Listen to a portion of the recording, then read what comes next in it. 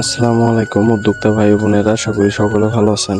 আজকের ভিডিওতে আমরা শিখব যে মুরগির ঠান্ডা লাগলে কি ঔষধ দিব বা এর প্রতিরোধ করব কিভাবে। আমাদের অনেক সময় মুরগির ঠান্ডা লেগে থাকে, জ্বর আসে, সেক্ষেত্রে মুরগি ঝিমায় অনেক সময়, তারপরে মৃত্যুর ঝুঁকি থাকে।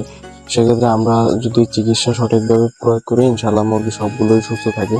আপনার সবগুলো মুরগি সুস্থ থাকবে ইনশাল্লাহ। আমরা এই ভিডিওতে জানবো ঠান্ডা লাগলে মুরগির কি কি ঔষধ দিবেন বা অগ্রিম কি কি ব্যবস্থা নেবেন যাতে মুরগির ঠান্ডা না লাগে। সো এই ভিডিওটা তাদের জন্য যাদের মুরগি ঠান্ডা লেগে ঝিমায় এবং জ্বর ঠান্ডা লেগেই থাকে খামারে।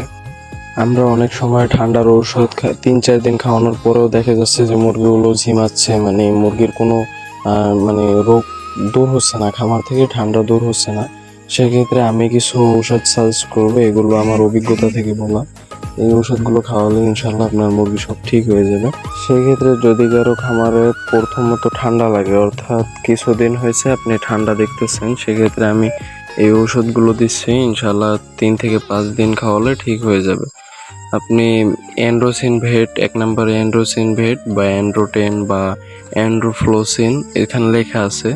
2 নম্বরে রক্সিভেট আছে, পিফ্লক্স ভেট আছে, লাইসোভেট অপশনাল, লাইসোভেট দিবেন, অপশনাল হলেও লাইসোভেটটা দিবেন, এটা ভিটামিন। তারপরে নাপা ট্যাবলেট বা ফার্স্ট বেড, এই জায়গায় ফার্স্ট বেড দিবেন, নাপা দরকার নাই। সেক্ষেত্রে আপনি 1-এ দিবেন অ্যান্ড্রোসিন ভেট, 2-এ দিবেন ডক্সিভেট এবং 3 নম্বরে লাইসোভেট দিবেন, 4 নম্বরে ফার্স্ট বেড। এই কয়টা সকাল বিকাল সকালে, শুধু সকালে খাওয়াবেন। সকালে খাওয়ালে ইনশাল্লাহ ভালো উপকার পাবেন। সকালে আপনার 1 লিটার পানিতে 1 মিলি, সেক্ষেত্রে আপনার যতগুলো মুরগি আপনি ওইভাবে খাওয়াতে পারেন। আর লাইসোভেট অবশ্যই দিবেন, কারণ লাইসোভেট হলো স্ট্রেস কমায়, অর্থাৎ দুর্বলতা দূর করে। এখান থেকে আপনি যেগুলো বললাম ইনশাল্লাহ দিলে ঠিকভাবে 3 থেকে 5 দিন খাওয়ালে ইনশাল্লাহ আপনার ঠান্ডা ঠিক হয়ে যাবে।